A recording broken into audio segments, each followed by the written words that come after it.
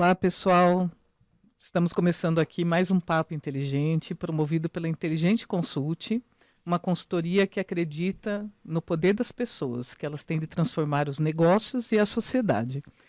E hoje estamos aqui com a Alessandra Farrardo e também com a Aline Oliveira. Oi, pessoal, tudo bem? Obrigada por nos acompanharem mais uma vez. Na nossa conversa de hoje, a gente vai trazer o assunto na veia. A gente vai falar de sustentabilidade, vai falar de negócios e vai falar de um assunto muito importante para o Brasil, especialmente, que é a agroindústria. E para isso a gente convidou a Alessandra Fajardo, ou Farrardo, né, Alessandra, que vai poder contar um pouquinho para a gente sobre si, se apresentar. E aí a gente começa com as perguntas aqui sobre esse assunto que vai ser tão interessante. Obrigada, Fernanda. Obrigada, Aline. Obrigada pelo convite. É um prazer estar aqui com vocês. Eu sou Alessandra Fajardo, ou Farrardo.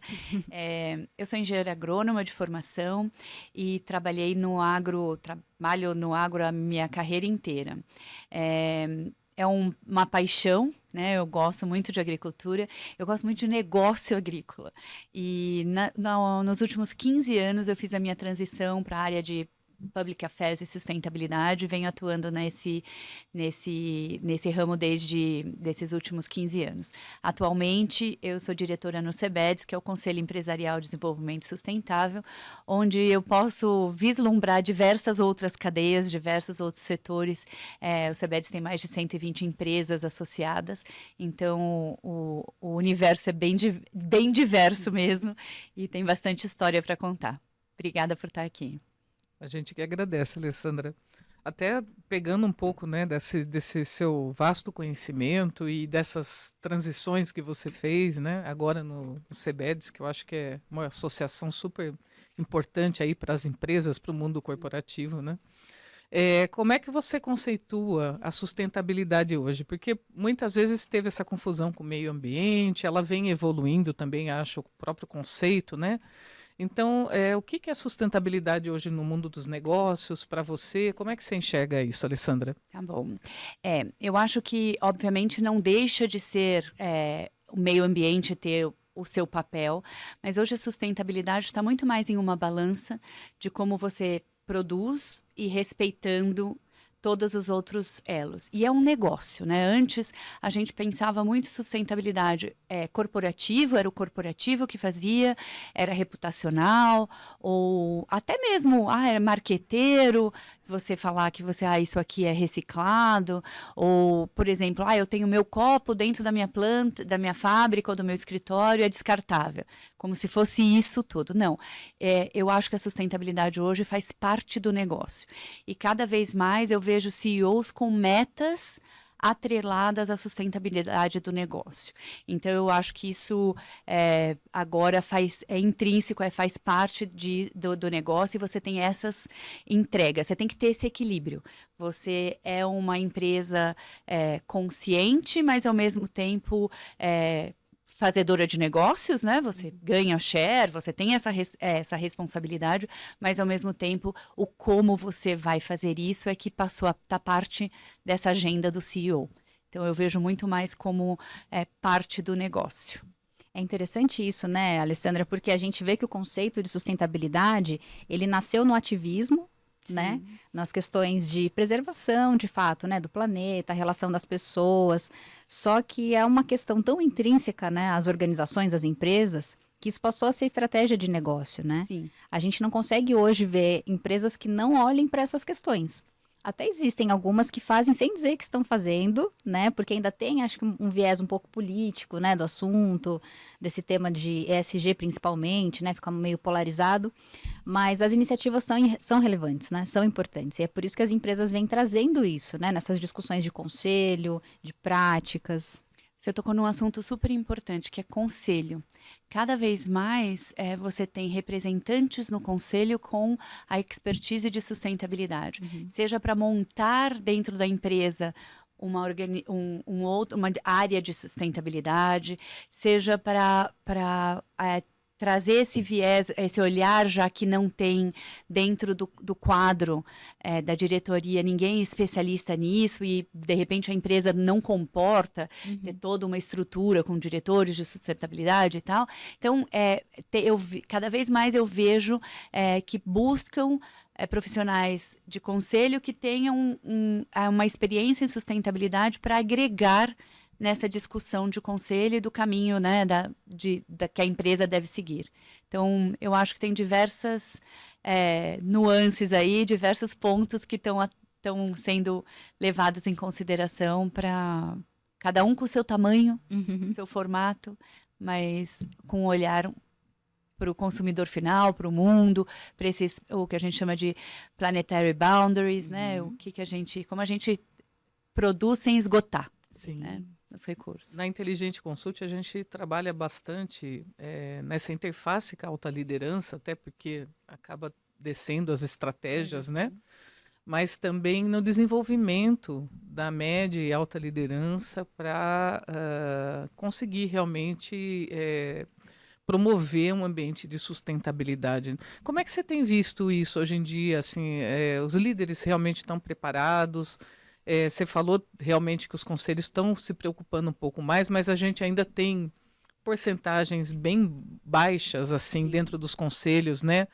Tanto do conhecimento da sustentabilidade, né? Dos conceitos, ainda acho que tem um perfil muito mais administrativo, financeiro, Claro. Quanto da diversidade nos conselhos, né? Que acho que é um tema também que agrega bastante aí para desdobramento das estratégias, né? Como é que você está vendo? Você que tem relacionamento com muitas empresas, né, dentro do CBEDS, ou mesmo antes, né, as suas relações aí, né, com o agronegócio, por exemplo, como que está o cenário hoje? O agronegócio, que é um ambiente muito parecido com construção civil, né, que a gente sabe que são empresas que muitas vezes demoram um pouco mais para absorver esses conceitos, né? Eu acho que a gente pode dividir em duas etapas. Entendimento do conceito pela alta liderança, e isso aí eu vou falar um pouco, e depois o outro é capacitação. Quando a gente fala de entendimento do conceito, alta liderança até você traz um consultor, você promove você tem cursos em grandes universidades que você pode fazer em company, e você consegue até ter um balizamento para que essas metas que a empresa está definindo, as pessoas possam replicar, a alta liderança possa replicar. Eu tenho uma meta dessa, eu entendi por que eu tenho e qual a meta e o que eu tenho que fazer para entregar. Então, eu acho que isso é uma parte que acontece. Quando você fala de diversidade, eu faço parte de um grupo que chama Diversity on Boards, que tem a Andrea Manzano, que liderando, e a gente vê a dificuldade de ter diversidade nos conselhos, seja sempre, né, homem branco, mais velho, e, né, então, assim, mulheres, que a gente possa ter mais participação. Recentemente, até publiquei um livro com outras autoras que falam elas no conselho, porque justamente traz a visão, e eu trago um pouco de como é a minha carreira no agro, e as dificuldades que eu enfrentei, e como é trazer isso para dentro de conselho. Eu sou conselheira de 2 conselhos na área agrícola. Mas eu acho que, assim, aqui eu me sinto até um pouco mais tranquila do passo, apesar de ter um caminho, tá? Há uns 6, 8 meses atrás, eu estava em uma reunião e veio uma pessoa, dona de uma transportadora, que transporta para diversas indústrias, e a gente estava numa discussão sobre carbono, escopo 1, 2 e 3, e esse CEO chegou e falou: mas eu não tenho nada a ver com isso. É a empresa que quer que eu leve o produto. E aí eu falei, gente, é uma capacitação que ele não entendeu que ele emite ao entregar. Exato. E esse é o core business dele. Não é a empresa. Se ele não quiser, ele sai do negócio. Assim, eu até respondi, falei, não, tanto a empresa A como o AB, que você está ligando, podem te ajudar nesse processo, devem te ajudar no processo. Faz parte da cadeia dentro do escopo 3. Mas é tua responsabilidade, né? E é enorme, porque você é uma transportadora, você É a emite um principal monte. responsabilidade. Você emite um monte. Então, assim, ainda tem muita necessidade de esclarecimento, de Entendimento. entendimento aqui. Uhum. E aí eu acho que tem uma parte de capacitação que vai demorar mais tempo, Uhum. né? Porque eu acho assim, como é que você traduz isso para que seja um negócio lá na ponta, que seja possível você falar, eu vou investir, então tirar dinheiro do meu bolso para aplicar uma prática que vai ser benéfica, né? Esse entendimento ainda é longe. Então, eu acho que aí capacitação é uma coisa que a gente deveria investir muito.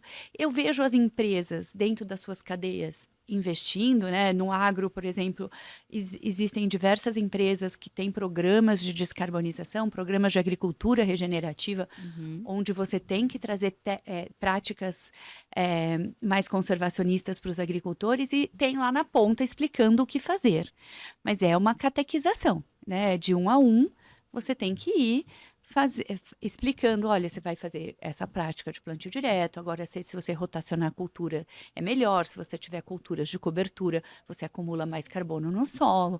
Então, isso aí é uma prática, é uma capacitação que demora, né? Então, eu vejo aqui, apesar de ainda não estar perfeito, mas mais fácil, porque você tem agentes como vocês, como outras consultorias ou universidades ou cursos que podem dar esse beabá e a pessoa faz, mas eu acho que quando ele tem no bolso a transformação é mais difícil, né? Então, assim, é mais fácil para um pessoal de supply entender que eu tenho que trocar a caldeira, porque eu tenho que economizar, até eu vou ter uma emissão menor, do que eu falar, olha, agora você vai comprar uma semente de cobertura que você não vai colher nada, depois você só vai picar, mas isso vai deixar mais carbono no solo. Só que você pagou pela semente. Então, você não colhe nada, mas você colhe você tem um carbono no solo, aí você tem que explicar que suas raízes vão estar melhor, a qualidade do solo, saúde do solo, e com isso você tem uma produtividade maior. E, em um futuro, se paga por esse produto, essa commodity ou esse produto de baixo carbono. Então, é mais longo esse processo de capacitação. Explicar que, na verdade, é um investimento, É. não é um custo, né, Alessandra? É que no primeiro momento é um custo. É o grande desafio. É Sim. como esse desafio. É muito. A gente tem trabalhado muito a questão da sensibilização para esses processos, né? Porque é o que você está comentando. Você precisa explicar o processo inteiro. Começa na sensibilização, vem para o letramento dos processos, né? O engajamento, para que se entenda. Mas o financeiro tem que estar na conta, porque é um trabalho, né? Esse é o ponto principal. É o principal, quando a gente olha para a realidade de Brasil, principalmente, né? E a gente quer que você conte um pouco, inclusive, sobre isso, né? A sua visão com relação ao cenário global e o momento de Brasil nesses processos, né? Como você imagina que a gente vem sentindo esses desafios, né? Todo o cenário político global mudou essa relação no dia a dia no Brasil, especialmente no setor da agroindústria, se manteve, isso melhorou, isso piorou? Como é que você faz essa avaliação de contexto? Porque as pessoas assustam, né? Com relação ao que está acontecendo e tudo que já estava sendo trabalhado, desenvolvido, catequizado, dá uma freada. Como é que você tem visto isso? Obviamente, os Estados Unidos sair do Acordo de Paris é um impacto grande. Por outro lado, eu vejo que existem comprometimentos de empresas, que independente se elas têm sede nos Estados Unidos ou não, elas têm metas públicas, né? O que eu acho que tem de mudança ou de acerto? Muitas empresas foram muito agressivas nas suas metas, seja no número da meta ou seja no prazo de atingimento. E eu acho que vai ter uma acomodação de um refino. Olha, o que eu ia entregar em 2030 vai ser só em 35%, ou não vai ser tudo isso, não vai ser 70%, vai ser 50%. Eu acho que isso ainda existe. Mas eu não sei se eu estou sendo muito positiva, poliana no sentido, mas eu não vejo um retrocesso enorme, porque no final das contas elas são empresas com ações, com consumidores e que isso não volta, né? Essa necessidade de você ser ambientalmente, socialmente correto, não vai retroceder. Recentemente eu tive um dia, participei de um treinamento no IMD, na Suíça, e uma professora de Yale mostrou um slide que eu não sei a fonte, prometo mandar se interessar, mas ela falou, mesmo com o Trump falando drill, baby, drill, o que a gente tem? O consumo de carvão não aumentou. Então, isso também é uma coisa para monitorar. Uma coisa é o que você fala, olha, a gente sai do acordo, a gente faz, mas realmente não aumentou o consumo de combustíveis fósseis. Eles se mantiveram nesses primeiros meses. Então, pode ser que realmente essa meu positivo aqui, meu lado feliz da coisa, se mantenha. Realmente as empresas estão comprometidas, elas vão colocar. Em relação ao Brasil, a gente já tem. O Brasil foi o segundo país a entregar a revisão da NDC agora. Tem um trabalho enorme com COP, né, para que todos os países revisem suas NDCs, sejam mais agressivos. O Brasil tem uma história de ser líder, né, nesses tópicos. E vamos combinar que tem 80% da sua matriz energética com energia renovável, né? Então, se você for pensar em Brasil, você olha com um olhar um pouco mais acima, obviamente tem alguns problemas. Um deles é zerar um desmatamento ilegal. Então, o Brasil tem que acabar. E desmatamento legal é do mesmo jeito que ceder pirata ou qualquer coisa ilegal. É comando e controle, né? Policiamento, e em cima disso. Então, assim, tem desafios enormes, tem uma justiça climática aí para fazer, tem enormes desafios, mas eu vejo o Brasil numa onda positiva. O que eu acho que falta? Financiamento. Eu acho que você trouxe a palavra. Seja blended finance, seja fundos de investimento, e de uma forma que não seja complexa. Vou tentar explicar, e aí meu exemplo em agricultura. Quando eu falo que eu vou pegar um financiamento para uma máquina agrícola, quando você fala, ele pegou o financiamento, ele gastou na máquina, tá a nota fiscal da máquina. Quando eu falo de um financiamento para uma agricultura sustentável, aí eu tenho que mandar uma análise de solo A, uma análise de solo B, tenho que mostrar isso aqui, eu complico a vida daquele agricultor para pegar esse financiamento. Então, como é que a gente, além de conseguir mecanismos financeiros que sejam possíveis de serem aplicados na prática, como é que a gente facilita a vida para que seja atrativo o suficiente para escolha desse mecanismo. Porque senão, e aí eu falo, tanto que seja para agro, tanto que seja para floresta, para manutenção de floresta em pé, qualquer que seja para um financiamento, porque eu quero a minha matriz mudar e eu quero trazer uma energia limpa, não importa. Como é que esses financiamentos param em pé, são atrativos o suficiente e que eu não tenha uma complexidade gigante da contrapartida desse financiamento. Então, eu acho que assim, o momento para o Brasil é como a gente destrava o financiamento. Isso está sendo debatido, discutido, Alessandra? Você que Tá sim, está na agenda do presidente da COP, está na agenda da Anatone, que é uma chamada COP da implementação por essa presidência, né? A gente já tem muitos compromissos assinados, então como que a gente põe em prática e implementa tudo isso que tem a favor todos esses compromissos. Então, e aí tem um capítulo de financiamento da necessidade de trazer esses bilhões que tem para esse financiamento para dentro, para o Brasil capturar o máximo que pode para alavancar as necessidades de A a Z que a gente tenha, mas pelo menos as principais. Sim. Interessante quando você fala essa questão da implementação, essa é uma dor grande, né, para todas as pautas de sustentabilidade, né? Então, no terceiro setor a gente via muito isso, né? Todas as discussões elas ficavam permeando o mundo das ideias. Então, discute-se o que tem que ser feito, por que tem que ser feito, mas a gente não chega no como.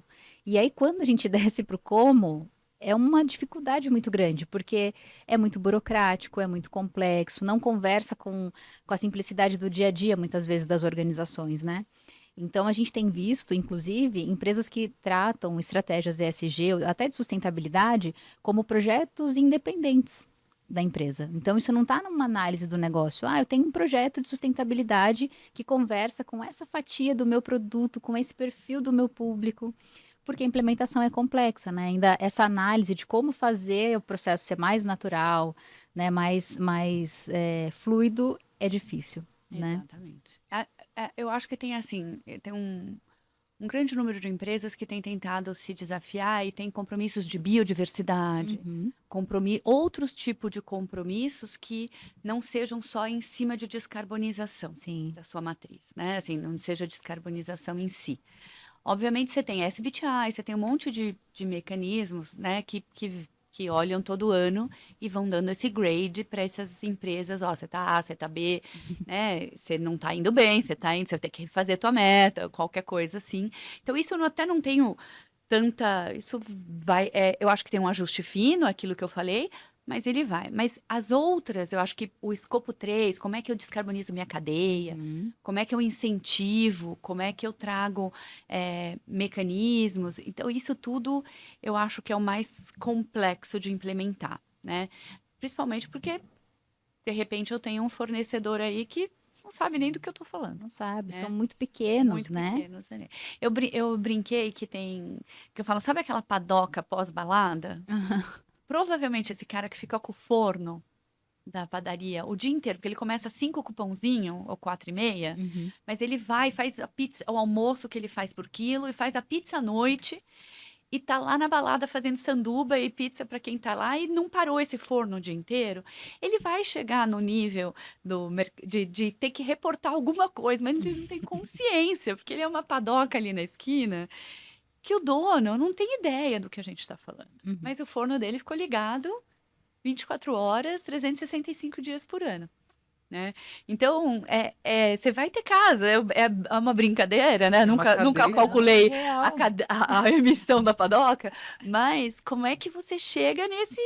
É. eu tô pondo, né, Nesse lenha ou tamanho. gás ou o que seja nesse forno e ele tá 24 horas ligado e ele tá aí. Até o grande desafio, acho que hoje, olhando para a cadeia de fornecedores, né, que está sendo sempre muito debatida nessas questões ESG e sustentabilidade, é que a pequena e a média empresa, mais a pequena especialmente, né, tem um orçamento bastante apertado Claro. para investir em inovação, sustentabilidade, coisas que garantam, né, esse processo de operação de uma forma mais adequada, né? É, você tem conhecimento, você vê algum movimento dentro desse processo com as pequenas empresas também? É mais difícil mesmo, mas eu vejo bastante, por exemplo, eh, quando eu vou dar um exemplo do agro de novo, mas quando você fala em inovação, você consegue mostrar, por exemplo, se eu sou uma empresa, sou uma startup, que eu sou pequeno, estou começando, ou eu sou gigante ligado a grandes multinacionais, mas eu tenho uma startup que eu falo, olha, aqui pelo seu celular, você sabe qual o nível de controle, então, em entomologia, né, em insetos, você tem um nível de controle. Até tantos insetos para aquela cultura, dependendo do inseto, obviamente, Uhum. eu não aplico nada. Se passar desse número, eu tenho que entrar aplicando. Hoje em dia, você tem isso na palma do teu celular, né? Então, você tem iscas que contam e que levam para o teu celular. Então, ele só aplica se ele precisa, quando ele precisa e onde ele precisa. Você divide por talhão, por áreas, né? E é assim, talhão 1, 2, 3, 5, 30 da minha propriedade. E eu, olha, apitou aqui, no talhão 19 eu tenho que aplicar. O que que eu tive com isso? Eu economizei o produto em área total, então eu tenho uma economia no meu bolso. Eu economizei água em área total. Eu economizei diesel do trator para Uhum. aplicar em área total. E eu economizei o trator pisando e compactando meu solo, que é a pior coisa que tem. Então, quando isso vira uma equação de bolso, eu vejo que vários agricultores acabam adotando, às vezes compram assinatura mínima, mas ele tem uma resposta muito grande no Que bolso. está impactando no financeiro. No financeiro dele, porque ele economizou em produto, ele economizou em água, ele economizou em diesel. Ele teve um ganho de solo, ou um ganho de biodiversidade, porque ele não precisou colocar na área toda um produto que não ia adiantar para nada, poderia matar um inimigo natural, que não está precisando, porque ali ele tem 3 percevejos, aqui ele tem 33, né? Então, aqui ele tem que, ali não. Então, eu acho que isso é a grande revolução. É a inovação É a inovação aliada, né? aliada. Então, isso é importantíssimo. Onde eu acho que tem gargalo é justamente na parte do financiamento, novamente. Por quê? Porque imagina que eu não faço plantio direto. Plantio direto é uma prática conservacionista que você deixa uma palha, uma palhada na coisa e vem uma máquina que corta a palhada, enfia a semente lá embaixo. E aí essa palhada preserva o solo. Tá? Essa palha mantém a umidade do solo e tal. Então, plantio direto é uma técnica que a gente tem que ter. Mas a hora que eu saio do zero, digamos que eu não faça plantio direto e amanhã eu vou começar a fazer, digamos que eu tenha 1.000 hectares. Eu não tenho como fazer em 1.000 hectares de uma vez. Só que eu tenho que comprar uma máquina. Só que se eu fizer em 1.000 hectares de uma vez, eu tenho que ter um herbicida para formar essa palhada com a para toda a área, para 1.000. Eu tenho que 1.000. Então, geralmente o agricultor fala, eu vou fazer em 100 hectares e depois o outro ano. Quando eu vou num banco, fala, eu vou ser sustentável. Eu tenho uma linha de sustentabilidade super boa para você. Com juros menor, super legal. Os bancos estão com várias linhas interessantes. Mas o que acontece? Eu falo, mas eu só vou fazer em 100 hectares. 100 hectares, teu ticket é muito pequeno para mim. É muito pouco dinheiro para te emprestar. Vamos fazer em 1.000. Mas eu não garanto que 1.000 eu vou conseguir fazer. Porque eu não tenho como transformar 1.000 de uma vez. Então, isso que acontece no pequeno também. Acontece até no médio, tá? Mas assim, que acontece? Ele não tem o capital para fazer tudo, ou não tem pessoa, ou ele não tem outros recursos, mesmo que ele tenha o financiamento, ele não tem como fazer em área total, muitas vezes, e com isso, ele fica fora do que tem de linhas, né? Do que tem de disponível no mercado. Então, eu sempre falo que eu sou fã de uma modalidade que chama Blended Finance. E olha que eu sou engenheira agrônoma, não sou financeira, então desculpe os expertos em Blended Finance. Mas o que significa isso? Com vários parceiros e uma instituição que corra o risco nos primeiros anos. Uma instituição, uma fundação, alguém que esteja disposto, que se aquele agricultor não conseguir pagar a conta no primeiro ou no segundo ano, o prejuízo primeiro é meu. E depois isso vai se tornando mais fortalecido e vai ganhando um corpo. Mas eu acho que o caminho é blended. O modelo é muito interessante. Se a gente conseguir destravar isso, eu acho o melhor modelo. E aí, ele seria um modelo aplicável a pequenos e médios. Inclusive para empresas que têm esses pequenos e médios na sua cadeia de fornecimento, né? Que podem encabeçar esse tipo de risco, né? Podem assumir esse tipo de risco e preservam, né? Protegem a sua cadeia de fornecimento.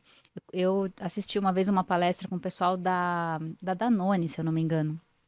E eles contam um pouco sobre como funciona esse processo com os produtores de leite, né? Que são pequenos produtores. Então, eles fizeram um processo muito trabalhoso, né? Porque é trabalhoso, né, Alessandra? De se aproximar desse pequeno produtor, explicar para ele o que ele tem que mudar ali no cuidado, né? No trato com os animais, para que isso melhore a alimentação, para que melhore a produção do leite. Transformou isso em metas financeiras junto com esse produtor, de maneira que ele entenda. E assumiu o risco do investimento, né? Porque é o que você está dizendo, ele não tem muitas vezes caixa para fazer isso, né? Então é um desafio que ele acaba não conseguindo assumir. Exatamente. Né? Você imagina se eu sou uma empresa de alimentos e falo, minha barra é aqui, eu só quero comprar de quem for assim. Não tem supplier para ele. Né? Não, mas minha barra está aqui, mas eu fiz um compromisso aqui. Então eu tenho que fazer isso aqui subir mais rápido para eu poder atingir minha meta.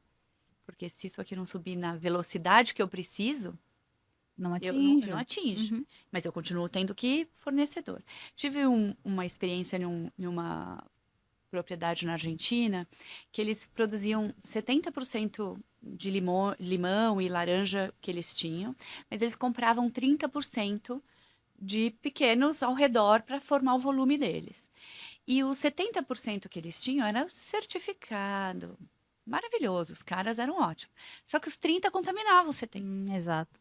Então, eles me chamaram justamente para a gente trabalhar em cima de como é que a gente transforma esses 30. Vamos capacitar, mas vamos lá na propriedade dele, vamos falar isso, vamos falar aquilo, para que os 30 pare de contaminar meus 70, porque eu já fiz a lição de casa, eu quero. E eles, eu vendia para grandes corporações, até, como chama, o suco, não só o suco, mas essência. Então você tinha todo um controle, né? E ele vinha, então ele tinha que brecar, devolver. Ele falava, gente, eu devolvo para o meu vizinho da vida inteira. Eu não quero devolver para ele, eu quero que ele me produza, eu quero que ele cresça comigo aqui do lado, porque ele sempre vai ser meu fornecedor prioritário. Tem um frete ridículo, né? Sim. Então eu quero trazer ele. Ele é muito bom, né? A gente sempre trabalhou, ele nunca faltou volume, eu quero desenvolvê-lo. Então aí é onde vai o investimento para em cima dessa coisa. A lição de casa dele ele já tinha feito, mas ele não consegue entregar tudo. Sim. Então ele teve que olhar para o lado e fazer a lição aqui ao redor, né? Ai, que é ótimo trabalho o desenvolvimento local também, né? Exato, né? Você tem a parte do desenvolvimento local, todo mundo ganha, né?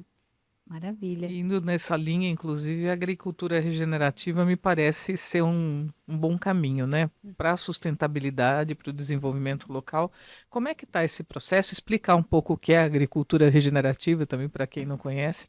Mas como é que está esse processo dentro do país? Assim, tá evoluindo, tá avançando?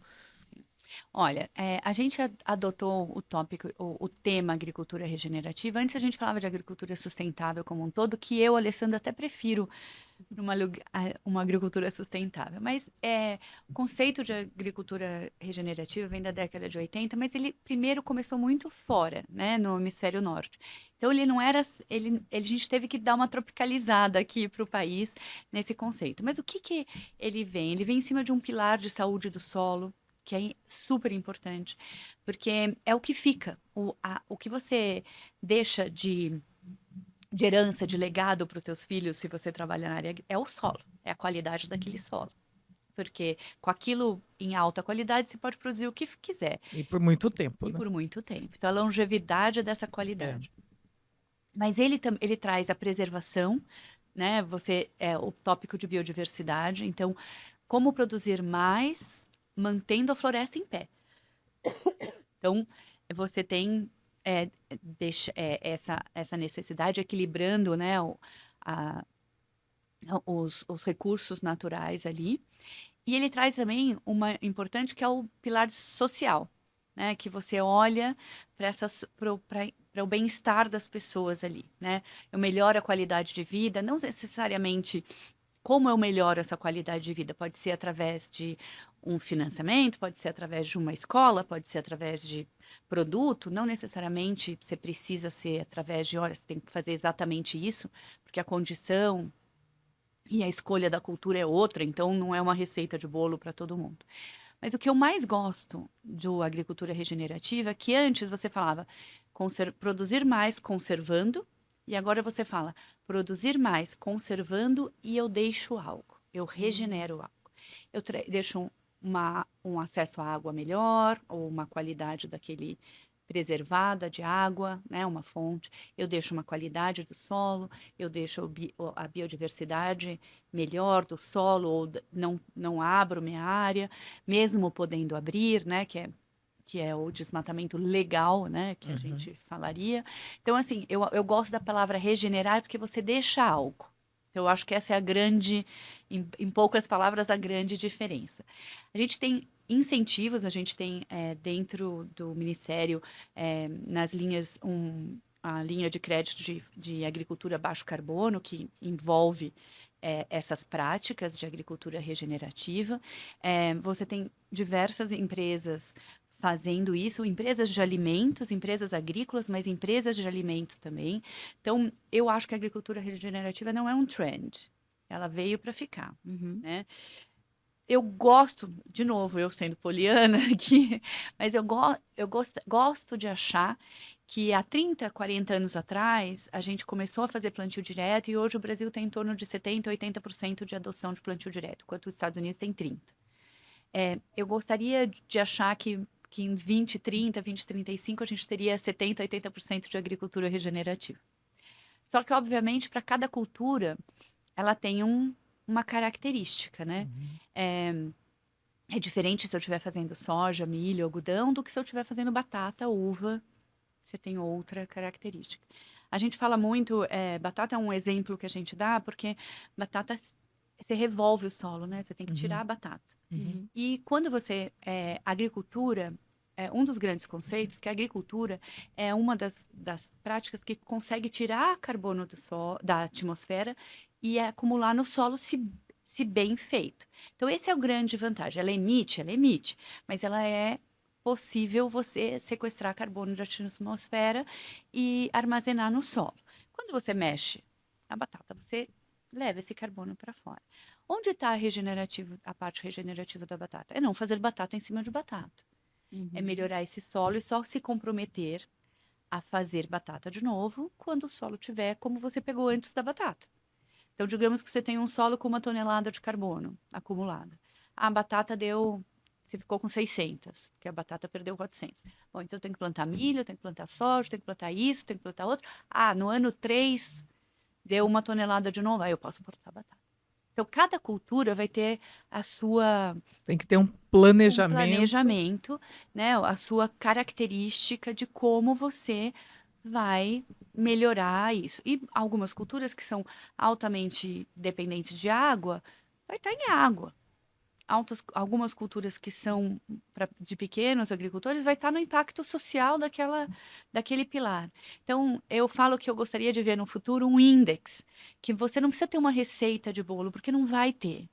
Não são culturas diferentes, são biomas diferentes, né? Você tem o hemisfério norte, o hemisfério sul, características que a gente brinca, edafoclimáticas completamente diferentes, né? Mas eu gostaria de que você... eu tenho de 10 itens, eu tenho 5, eu tenho 50%, eu tenho de 10... Não precisa ser os mesmos, os teus, dos que o meu, porque você planta melão, você tem batata e eu tenho soja.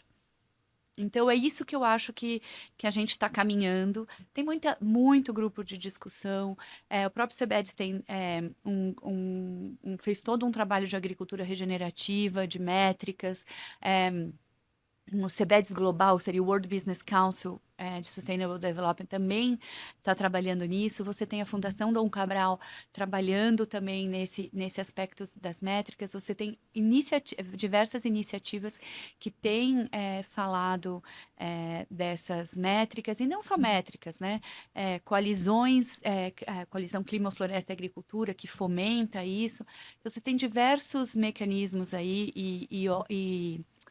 e arenas, fóruns que validam e uma comunidade científica por trás. Eu acho que isso é a parte principal. Você tem universidades como a Exalc, Viçosa, Federal de Minas, Lavras e tal, e você tem a Embrapa com diversos escritórios da Embrapa diferentes, trazendo essas ou calculadoras, ou tropicalizando isso de uma forma que fique mais real. Que fique mais real. Para o país, né? Não, eu acho que até o trabalho que a gente faz hoje, ele é um legado para o hemisfério sul. Isso que eu ia falar. Não é um legado só para o Brasil. Eu acho que ele é um legado para outros, para uma Índia, para uma Austrália, para outros países. Que tem um clima parecido tropical, que poderia se beneficiar. O solo, o clima mais próximo, né? Muito interessante. Eu acredito bastante nisso. E como é sólido, né? O tanto de conhecimento que vem sendo gerado, né? A gente estava falando sobre isso mais cedo, né? Do quão complexo né? Apesar da gente precisar simplificar para implementar, para virar prática, é um conhecimento muito complexo, né? Transversal, interdisciplinar, né, Alessandra? Você vê tanta gente pensando, né? Desde o produtor ali até a academia, empresários, governos, né? Então, tem que ser uma discussão de todo mundo, né? Não pode ficar segmentada, não pode olhar só um aspecto da questão, né? Eu brinco que cada vez que eu falo com o professor Serri da Exalc ou com o Marcelo Morandi da Embrapa, eu aprendo alguma coisa, é uma aula.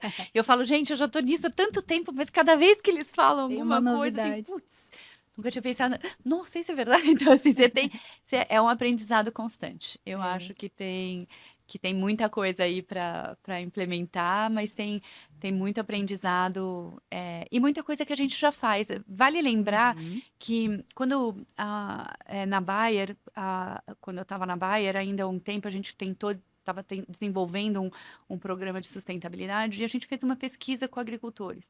E me chamou muita atenção que ele falava, vários agricultores falavam, Alessandro, olha, é um projeto? A gente achou que ia ter uma certa resistência e tal. Não, me põe, porque eu já faço um monte de coisa certa Ah, que e eu legal. quero que você me tire da vala comum.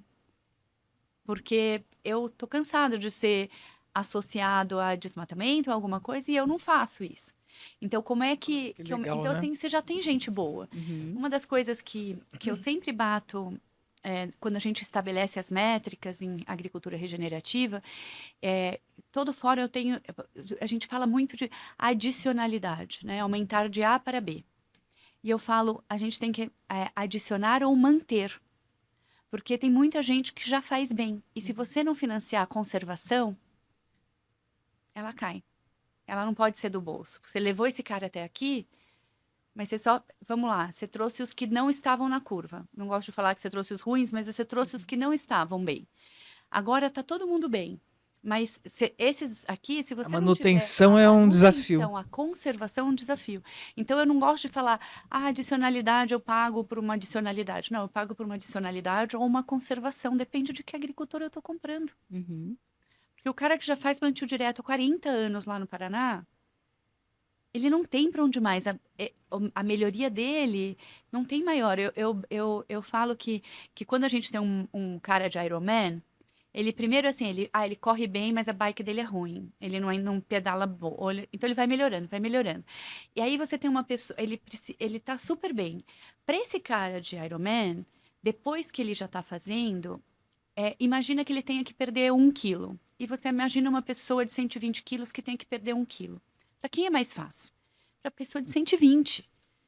Porque qualquer coisa que ela fizer, ela vai perder 1 quilo. Uhum. Para esse cara, é o pozinho do selênio, sei lá do que ele vai ter que tomar para aumentar a performance dele em 0,01% e aí ele perder esse quilo. Né? Tô falando besteira, mas assim, é só uma Exemplo correlação interessante. que você é muito mais difícil também você conservar. Uhum. Então a gente não pode só falar de trazer. Obviamente, a gente tem um trabalho hercúleo de trazer essa pessoa para cá, em qualquer setor que seja. Mas é como a gente conserva, como a gente traz linhas para conservar isso, para que esses bons se mantenham bons. Ótimo. Eu posso usar o seu exemplo do Ironman para já falando sobre isso, né? A gente vem sendo discutido muito recentemente, né? A questão do pacto contra a fome, né? Que o Brasil se comprometendo, né? Com metas agressivas com relação a isso. A gente sabe de todas as melhorias que vêm sendo feitas no processo de produção de alimentos. Mas a gente tem ainda números muito altos, né, Alessandra, de desperdício de alimentos, do alimento não chegando onde tem que chegar, e a população brasileira obesa, né, engordando pela má qualidade do alimento que vem chegando, né? Eu queria que você contasse um pouquinho para a gente como é que isso vem sendo visto, né? Se existe uma correlação entre a indústria na produção de alimentos e essa distribuição, como é que esse assunto do Pacto contra a Fome é tratado nesse setor? Eu acho que vamos dividir entre perdas e desperdício e depois acho que o pior é a distribuição, né? Hoje você tem perdas, se perdas e desperdício juntando, o que é perda? Perda eu chamo da cadeia ali antes de chegar no supermercado, antes de chegar no restaurante, antes de chegar na casa, para trás, é uma perda. E da hora que eu chego no supermercado, no restaurante, na minha casa, é o desperdício. Tá? Eu separo mais ou menos assim. Se você for pensar em perdas, você tem 15% de perdas que acontecem, que seja, não importa se você tem uma cultura com químicos, com orgânica, coisa. Se você não aplicar na hora certa, não controlar, você já tem uma perda ali na própria cultura. Então, o que você colheria 100, você está colhendo 80. Você teve uma perda, teve um ataque, isso aqui não vai. E assim por diante na cadeia. Quando você olha o globo, do Equador para cima, é mais desperdício. Quando você olha o globo do Equador para baixo, você tem perda. São ineficiências ao longo. Por exemplo, se você pegar numa Malásia, a cadeia de frio é quase inexistente. Então, ele vem num caminhão que vai tuque, tuque, tuque, tuque, tuque. Hora que chega, tira a borda que chacoalhou, bateu, vai para um mercado marginal, você vende só o meio, Uhum. né? Porque você Tá preservado, é o que está melhor bonito. preservado.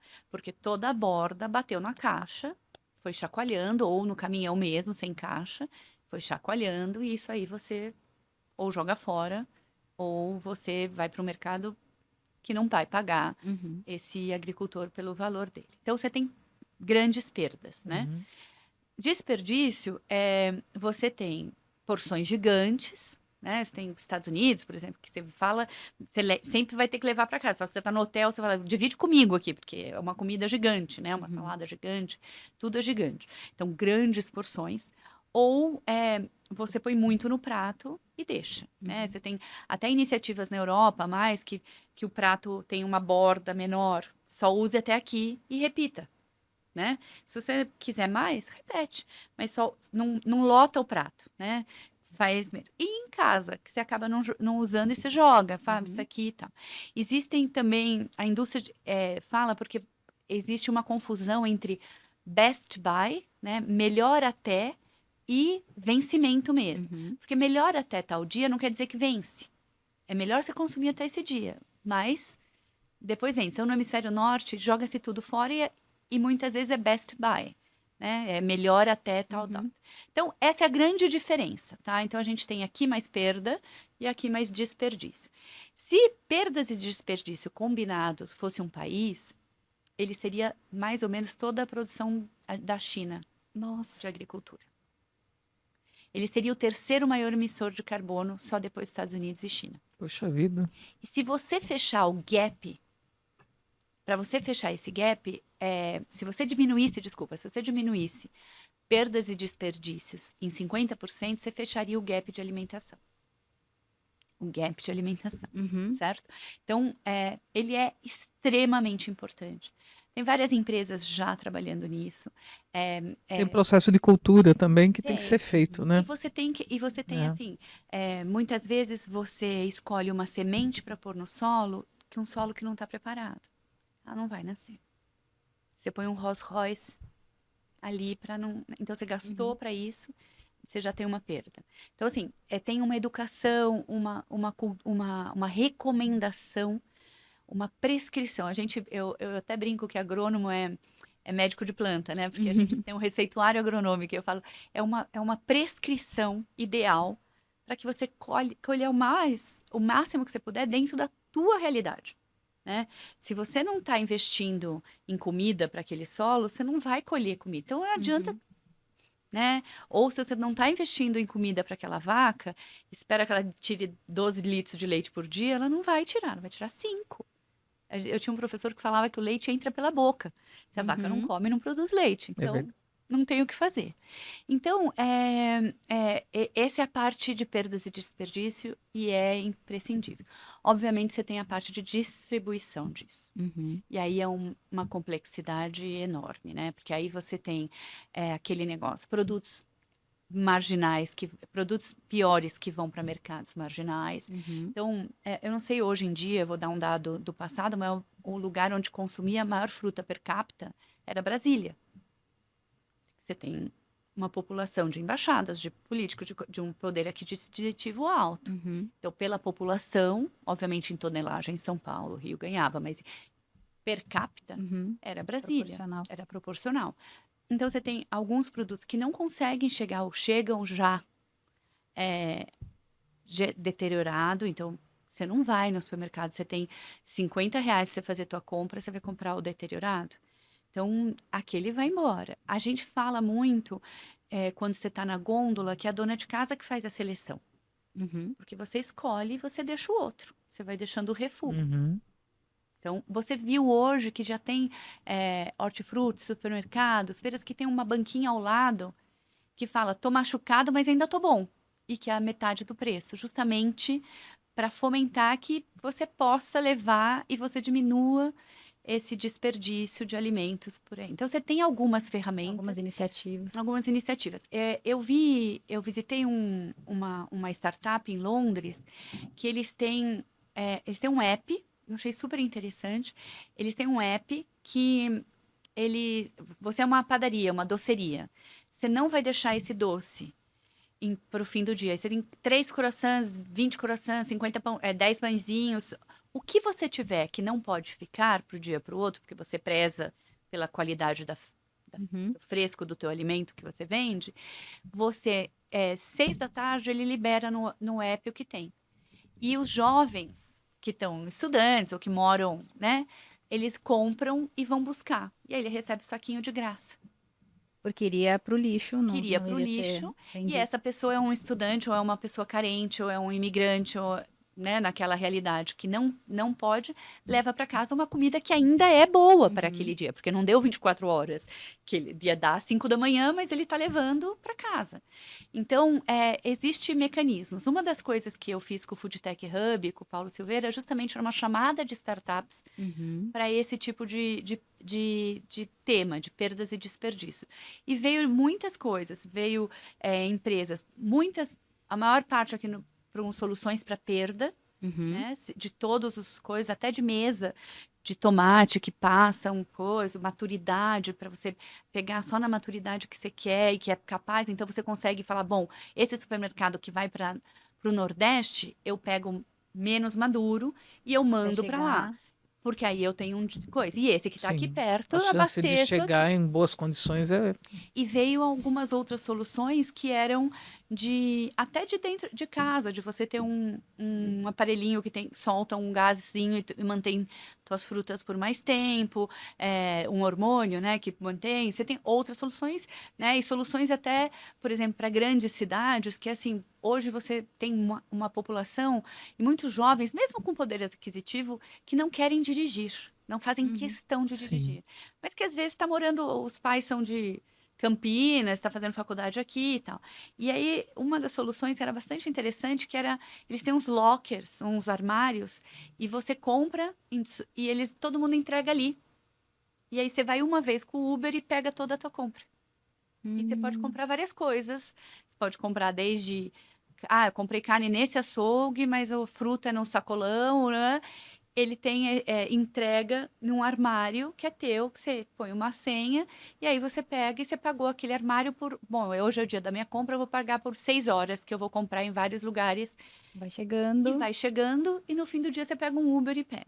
Talvez não seja a nossa realidade do Brasil, você tem 7 milhões de carros na cidade de São Paulo ou mais e Vai tal. ter que. Mas você tem gente pensando nisso, pensando mas ainda. É bem interessante porque a gente vê como a inovação, né? Ela Como a inovação conecta conecta, com todas exatamente. essas questões, né? Então, eu acho assim que tem muita inteligência ainda pela É, frente que pode ajudar a solucionar é. esses gargalos. E Sustentabilidade e distribuição inovação andam juntos andam mesmo. juntas, Não tem andam como a juntas. gente desconectar uma coisa, né? Não tem. Eu acho que para você ser sustentável, você tem que É. adotar práticas tecnológicas, inovadoras, o que você conseguir, porque aí ela vai facilitar o cumprimento da É tua muito meta. interessante.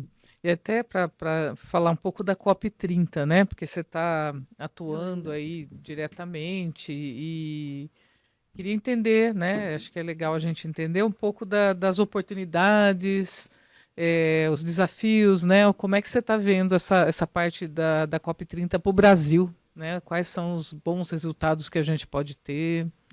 Bom, eu vejo que o sucesso da COP30 no Brasil vai ser deixar um legado para o país, né? A gente, obviamente, como Belém tem um grande investimento que está trazendo, mas como que a gente deixa um legado para o país, de consolidar o Brasil como uma potência que é inovadora e sustentável, de de conseguir fazer uma COP de implementação. Uhum. A gente fala muito de negociação, mas a negociação já está acontecendo, porque tem que vir para cá, para os dias da COP, para finalizar e não para começar a negociação. Uhum. Então, eu acho que finanças, né, esse destravamento da parte de finanças climáticas é extremamente importante para acontecer. Então, eu acredito muito que deixa que o sucesso está muito em cima desse legado.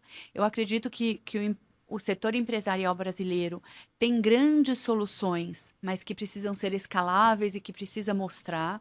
Então, eu acho que também tem um portfólio de soluções possíveis e abrangentes e que muitas vezes estão sentadas uma do lado da outra. Olha, eu tenho a solução para você. Só que a gente não está se falando, né? Então, eu acredito que o mecanismo, tanto do CBED, de outros fóruns, propicia essa conversa, esse matchmaking entre organizações na cadeia ou fora dela.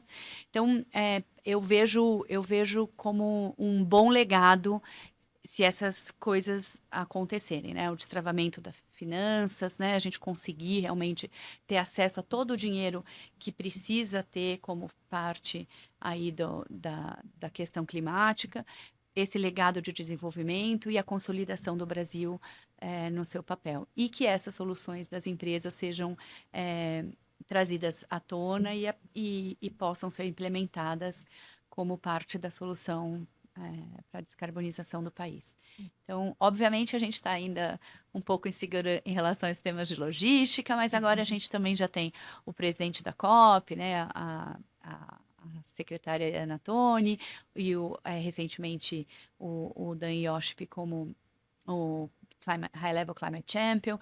Então, agora esse bloco aí da COP já está feito e eu sei que eles estão aí espalhados pelo mundo, né? Eles têm principalmente o presidente tem que visitar quase todas esses países. São mais de 190 países, né? Nossa. Só de negociadores tem cerca de 20 mil, 18 mil negociadores que Nossa, vêm. são números assim. São grandes, então você imagina chegar a consensos em relação a isso, mas eu acho que está todo mundo engajado para que essa seja uma cópia da implementação, para que os países discutam sua lição de casa nos seus países, não tragam só temas nacionais, né? Eles tenham que resolver os seus temas nacionais primeiro e tragam para que a gente possa avançar a agenda internacional. E está sendo necessário, né? Porque tem se falado muito que são temas que vão ficar estacionados, né? Que não vão avançar.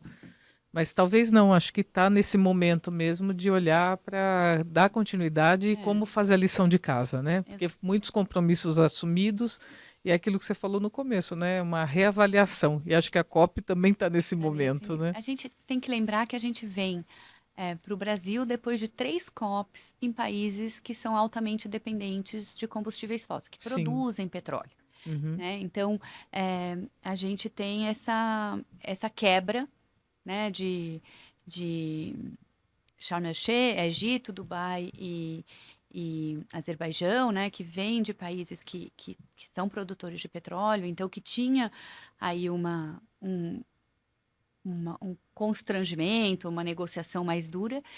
Obviamente aqui os olhares se voltam para a floresta, mas também a gente sabe que essa é uma COP que acontece na floresta, mas não é da floresta, né? A gente sabe que mais de 70% das emissões são de combustíveis fósseis, apesar que no Brasil 50% das emissões são de agricultura mais o uso da terra, que é o desmatamento e o uso da terra. Então, a gente tem uma diferença, mas essa COP não é do Brasil, né? É uma COP internacional, mundial. Mais de 190 países. Sim. Então, essas discussões têm que estar à tona. Então, não é meu problema doméstico, é como a gente avança nas questões de mercado de carbono internacional, né? O artigo 6, todas essas trâmites aí que a gente tem para avançar em termos de com os diversos países. Perfeito. Acho que é isso aí. Muito bom. Tá? Acho que estamos chegando no final do tempo aqui. Estamos né? chegando. Infelizmente, né? Porque o papo tá tão bom, vamos ter que marcar outra, Alessandra. Perfeito, eu sempre aposto, foi excelente, muito bom. Alessandra, a gente tem uma última pergunta que a gente faz para todos os nossos convidados, que é a nossa chamada dica inteligente.